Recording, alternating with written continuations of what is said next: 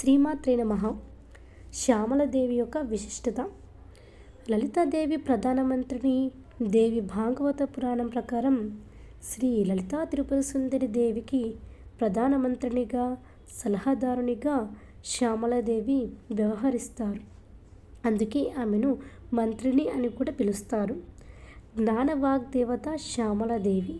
మాతంగి, నీల సరస్వతి, వాగ్వాదిని, వీణావతి అని కూడా పిలుస్తారు. ఆమె విద్య, సంగీత, లలిత కళలు మరియు వాక్చాతుర్యానికి అధిదేవత. దశమహావిద్యలలో ఈమె తంత్రశాస్త్రంలో 10 ముఖ్యమైన శక్తి స్వరూపాలలో దశమహావిద్యలు మాతంగిగా పూజింపబడతారు. శ్యామల నవరాత్రులు గుప్త నవరాత్రులు అంటారు. మాఘమాసంలో శుద్ధ పాడ్యమి నుండి నవమి వరకు 9 రోజులు శ్యామలాదేవిని ప్రత్యేకంగా పూజిస్తారు.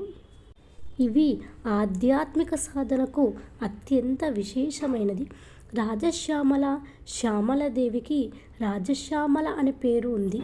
ఈమె అనుగ్రహంతో సకల విద్యలు, వాక్సిద్ధి మరియు వశీకరణ శక్తులు మంచి పనులకు కలుగుతాయని నమ్ముతారు. ఈ తల్లిని పూజించడానికి చిలుకపచ్చ లేదా ఎరుపు రంగు వస్త్రాలు, ఎరుపు రంగు పూలతో పూజించడం మంచిది మరియు పాయసం నివేదన చేయడం మంచిది. శ్యామలాదేవిని పూజించడానికి ఎలాంటి భయాలు అవసరం లేదు. ఈమె జ్ఞానాన్ని మరియు సామర్థ్యాన్ని ఇచ్చే శక్తి స్వరూపిణి ఆ శ్యామలాదేవి.